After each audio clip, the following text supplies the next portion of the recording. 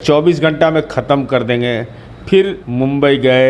आप लोक सेवक हैं, आप सार्वजनिक बयान दे करके कि हमको फलां ने फ़ोन कर दिया, फलां ने कह दिया और उसके बाद हमको यह सुरक्षा दो, वह सुरक्षा दो, और ये ट्वीट पर आ रहा है, एक्स पर आ रहा है। ये क्या हो रहा है आखिर राजनीति में? जब सांसद, विधायक और विधान पार्षद ही डर जाए। कह रहे हम डरे नहीं, हम तो जनता की सेवा कल भी कर रहे थे, आगे भी करेंगे, लेकिन सरकार का काम है हमको सुरक्षा सरकार का काम है तो इसके लिए बाकायदा इनपुट इंटेलिजेंस का जाता है। ऐसा नहीं है कि हम कह दें कि हमको फलना सुरक्षा दे दीजिए तब मिल जाएगा, ऐसा थोड़ी होता है। ये फोन मोबाइल का रंगदार होता है ये सब। कह रहे पप्पू यादव की अभी सुरक्षा नहीं दे रहे हैं, जब मर जाएंगे तो श्रद्धांजलि देने आएंगे। नहीं, क्या मतलब है सब शब्द बोलने का? ये अपने बारे में कोई आदमी बोलता है इस ढंग का बात? तो दुश्मन भी नहीं बोलता है। तेजस्वी यादव ने आप पे मानहानि का केस किया सर, इस पे क्या बोलेंगे? 11 मुकदमा उन पर है, वो हम पर मानहानि का केस करेंगे। लॉरेंस बिश्नोई गैंग से पप्पू यादव को जान मारने की धमकी मिलती है, जिसके बाद पप्पू यादव कहते हैं कि उन्हें केंद्र सरकार से Z+ सिक्योरिटी चाहिए, लेकिन उन्हें अभी तक नहीं मिली है। साथ ही उन्होंने ये भी कहा है कि सीएम नीतीश कुमार से वो मिलना चाहते, मिलने का समय भी मांगे, लेकिन कोई उनको मिलने का समय नहीं दे रहा है। इन्हीं सब मुद्दों पे बातचीत करने के लिए हमारे साथ JDU के MLC नीरज कुमार जी हैं। सर बहुत बहुत स्वागत है आपका। जी धन्यवाद। पप्पू यादव नीतीश कुमार से मिलने का समय मांग रहे हैं, निजी सचिव को कॉल भी किए, कॉल का जवाब नहीं मिल रहा। मुझे इसकी कोई जानकारी नहीं है, लेकिन मैं एक बात से बड़ा परेशान होता हूँ कि भाई MLA, MP, MLC आप लोक सेवक हैं, आप सार्वजनिक बयान दे करके कि हमको फलां ने फ़ोन कर दिया, फलां ने कह दिया और उसके बाद हमको यह सुरक्षा दो, वह सुरक्षा दो, और ये ट्वीट पर आ रहा है, एक्स पर आ रहा है। ये क्या हो रहा है आखिर राजनीति में?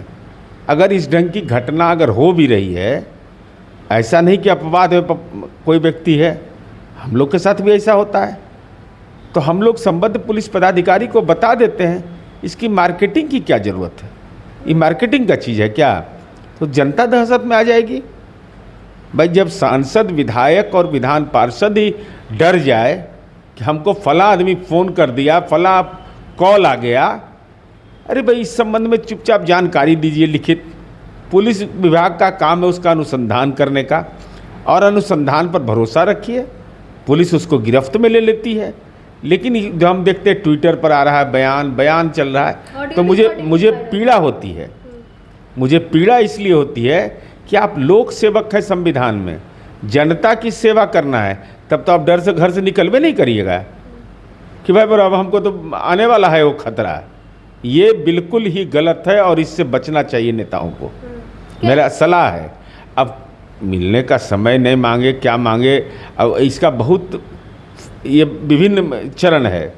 मुंबई गए, पहले ये दुर्भाग्यजनक घटना हुई तो हुआ कि इसको ख़त्म कर देंगे 24 घंटे में मौका मिलेगा दे, तो मौका को मैंने देश के अंदर परमिशन दिया था, ये सब चीज़ के अपराध करने के लिए परमिशन मिलता है कहीं? देश के अंदर कानून है, कानून अपना काम करता है। तो 24 घंटा में ख़त्म कर देंगे। फिर उसका गुर्गा का क्या गुंडा होता है सबसे, जो उसका फ़ोन आता है, फ़ोन का रिकॉर्डिंग होता है, ऑडियो रिकॉर्डिंग होता है, फिर स्टाफ को फ़ोन जाता है। ये क्या हो रहा है भाई? क्या मतलब इसका? जनता को इससे क्या लेना देना है? अरे जनता तो अपने काम के लिए जानी जाएगी ना। उसके बाद मुंबई भी जाते हैं, आते हैं। वो मीडिया मार्केटिंग मुझे अच्छा नहीं लगता है व्यक्तिगत रूप से। कहना चाह रहे हो मार्केटिंग कर रहे हैं? मुझे लगता है ऐसी घटनाओं में पुलिस को खबर कर दीजिए, निश्चिंत रहिए। खबर कर चुके हैं लेकिन हो गया। अरे ये देश कितना महान है। इस देश के पुरुषार्थ के बारे में लोगों को जानकारी लगता है नहीं है। देश में स्वर्गीय इंदिरा जी थी, देश की प्रधानमंत्री, उन्होंने अपने साथ होने वाली आतंकी घटनाओं को, उनको आत्मानुभूति था, उन्होंने पहले ही बोल दिया था कि ऐसी घटना हो सकती है, और वो घटना हुई। तो इंदिरा जी के बारे में अटल जी ने क्या कहा था? दुर्गा कहा था। तो ये देश का पुरुषार्थ होता है। देश का प्रधानमंत्री डर जाए, देश का सांसद डर जाए, देश का विधानमंडल का सदस्य डर जाए, तो आम लोग कैसे रहेंगे भाई? ये चिंता का विषय है। और इसको ट्वीट करना, एक्स पर डालना, इसमें बाइट देना, बोलना, क्या मतलब इसका निकलता है भाई? कोई मतलब इसका निकलता है क्या? तो कह रहे हम डरे नहीं, हम तो जनता की सेवा कल भी कर रहे थे, आगे भी करेंगे, लेकिन सरकार का काम है हमको सुरक्षा सरकार का काम है तो इसके लिए बाकायदा इनपुट इंटेलिजेंस का जाता है। ऐसा नहीं है कि हम कह दें कि हमको फलना सुरक्षा दे दीजिए तो मिल जाएगा, ऐसा थोड़ी होता है भाई। बिहार में अगर सिक्योरिटी किसी को लेना है तो आईजी सिक्योरिटी के यहाँ आवेदन दे दीजिए, वो जांच करेगा, जांच करके अगर ज़रूरत होगी तो दिया जाएगा, क्यों नहीं दिया जाएगा, वो अधिकार उनका बनता है। लेकिन इसके बारे में अब आईजी सिक्योरिटी के आवेदन दिए तो वो भी एगो एक्सपर्ट ट्वीट कर डाल दीजिए, उसका जो फैसला अब वो भी डाल दीजिए। क्या मतलब इसका है भाई? इससे बचना चाहिए। ये एक व्यक्ति का सवाल मैं नहीं कर रहा हूँ, ये आम तौर पर मैं देखता हूँ कि यह चीज़ हो रहा है। जनता के मन में भी सवाल आएगा कि आम जो सांसद है वो तो सुरक्षित ही नहीं है। कहाँ से खर्चा लाइएगा सब भाई? हम ये समझते हैं कि एक गाड़ी पर तो चलना मुश्किल होता है, तो चर्चा वो गाड़ी लेके चलिएगा, लोग कहाँ जाइएगा? जिसके गरीब के दरवाजा पर चले जाइएगा तो बेचारा 100 आदमी का शादी विवाह में व्यवस्था किया है। अरे सब काम तो हम ही लोग न करते हैं, सरकारें न करती है।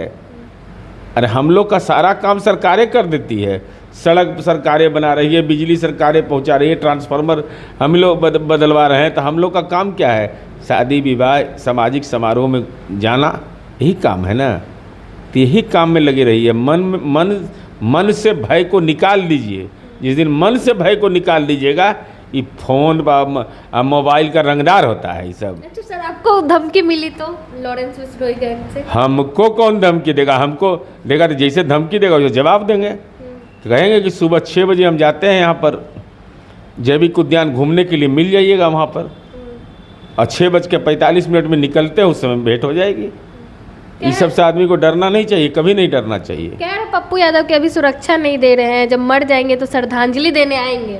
नहीं, क्या मतलब है सब शब्द बोलने का? ये अपने बारे में कोई आदमी बोलता है इस ढंग का बात? वो तो दुश्मन भी नहीं बोलता है। दुश्मन भी कोई बोलता है कि फला का मौत हो जाए? ये अच्छी बात है। ये सब से बचना चाहिए उनको। पप्पू यादव को यही सलाह देंगे कि बच। हम तो कहेंगे कि भाई जो भी आपको फ़ोन आया, आपने आधिकारिक सूचना प्रशासन को दे दिया, आपकी जिम्मेवारी ख़त्म हो गई। आप अपने पॉलिटिकल कैरियर में लगे हुए, निर्दलीय आप चुनाव जीते हैं, जनता ने आपको जनादेश दिया है, मजबूती के साथ आपने तेजस्वी यादव को जवाब दिया है, उनके उम्मीदवार का जमानत जब्त हो गया है, तो आपका आभा मंडल राजनीति में बढ़ा हुआ है। तो राजनीति में आभा मंडल बढ़ा हुआ है, एगो फ़ोन आ जाए इसी साहब राजनीति का एजेंडा बदल लीजिए, यह आपके सेहत के लिए ठीक नहीं है। तेजस्वी यादव ने आप पे मानहानि का केस किया सर, इस पे क्या बोलेंगे? 11 मुकदमा उन पर है, वो हम पर मानहानि का केस करेंगे? अरे मान उसको न होता है जी जिस पर कोई मुकदमा नहीं हो। इन पर 420 का मुकदमा है, मनी लॉन्ड्रिंग एक्ट का मुकदमा है, प्रिवेंशन ऑफ करप्शन एक्ट का मुकदमा है, 11 मुकदमा चुनावी हलफनामा में लिखे हैं ये। और हम सैलरी घोटाला पर कायम हैं एकदम, उसका जवाब देंगे बहुत जल्द। 12 करोड़ का मानहानि का केस है सर। अरे उतना तो हम किडनियों बेच देंगे, 3 भाई का संपत्तियों बेच देंगे तो उपाय नहीं है।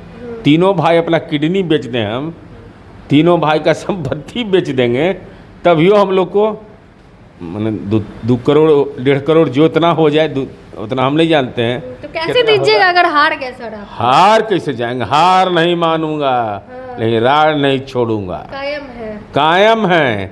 और अगर मुकदमा नहीं करेंगे तो राजनीतिक कायर भी इनको हम कहेंगे। चलिए, बहुत बहुत धन्यवाद सर। हमारे साथ जेडीयू के एमएलसी नीरज कुमार जी थे। आपने सुना इन्होंने पप्पू यादव को लेकर क्या कुछ कहा, साथ ही तेजस्वी यादव ने जो मानहानि का केस किया था इस पे भी नीरज कुमार जी ने प्रतिक्रिया दी है। बाकी आपको हमारी बातचीत कैसी लगी, अपनी राय कमेंट बॉक्स में ज़रूर दें। धन्यवाद।